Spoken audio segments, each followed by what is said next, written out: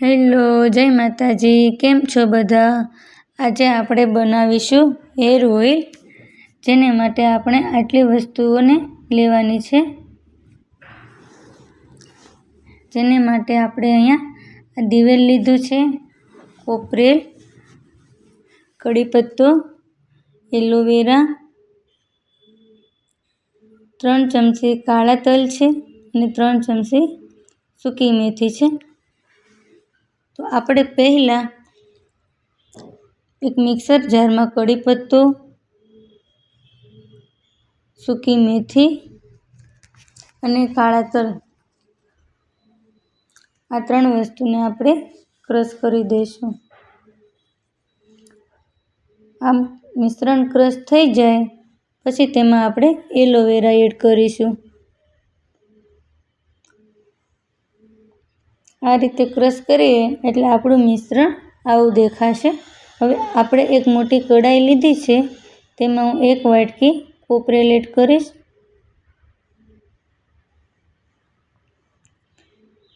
આ દિવેલ. હવે આપણે કરેલું મિશ્રણ આપણે આમાં એડ કરી લઈશું.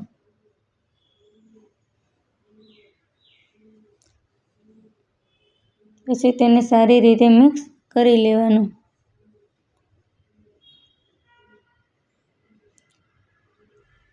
હું આમાં 1 વાટકી કોપરેલ ફરી એડ કરું છું.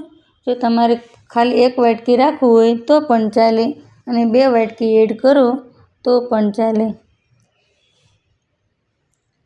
આ મિશ્રણને આપણે ગેસ ઉપર ગરમ થવા માટે રાખવાનું છે.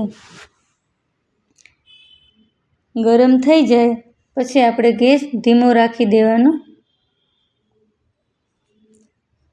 અને તેલ ગરમ કરવા માટે વાસણ હંમેશા મોટું જ લેવાનું, કેમ કે તેલ ગરમ થઈ જાય પછી એનો ઉભરો આવે એટલે તેલ બહાર ના નીકળે માટે હંમેશા કઢાઈ મોટી જ રાખવાની. આ રીતે ઉભરો આવે છે. તમે જોઈ શકો છો, સરસ રીતે ઉભરો આવી ગયો છે. આ તેલ આપણા વાળ માટે ખૂબ ઉપયોગી છે. જે આપણા ખરતા વાળ પણ અટકાવે છે અને માથામાં થતો ખોડો પણ અટકે છે. આ તેલને આપણે 10 મિનિટ સુધી ગેસ ઉપર રાખવાનું છે અને આવી રીતે હલાવતા રહેવાનું.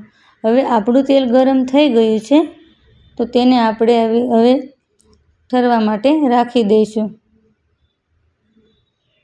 ગરમ થઈ જાય પછી એને ગાળી લઈશું. તેલ ઠરે એટલે આવી રીતે દેખાય.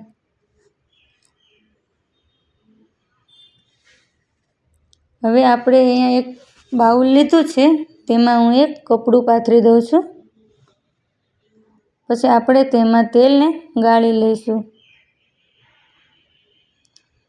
જો તમારે તેલ ગાળવામાં ગળણીનો ઉપયોગ કરો તો પણ ચાલે, પણ જો કપડું લઈએ તો બધું તેલ એમાંથી નીચોવીને કાઢી શકાય.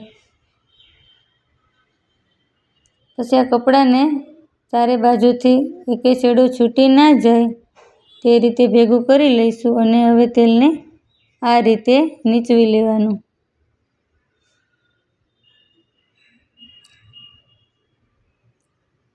આવી રીતે તેલને નીચવી લેવાનું એટલે એમાંથી બધું તેલ નીકળી જાય.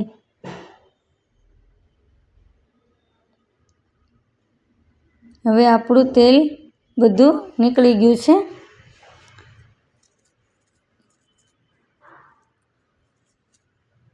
તો તમે જોઈ શકો છો, આપણું તેલ સરસ એવું બની ગયું છે.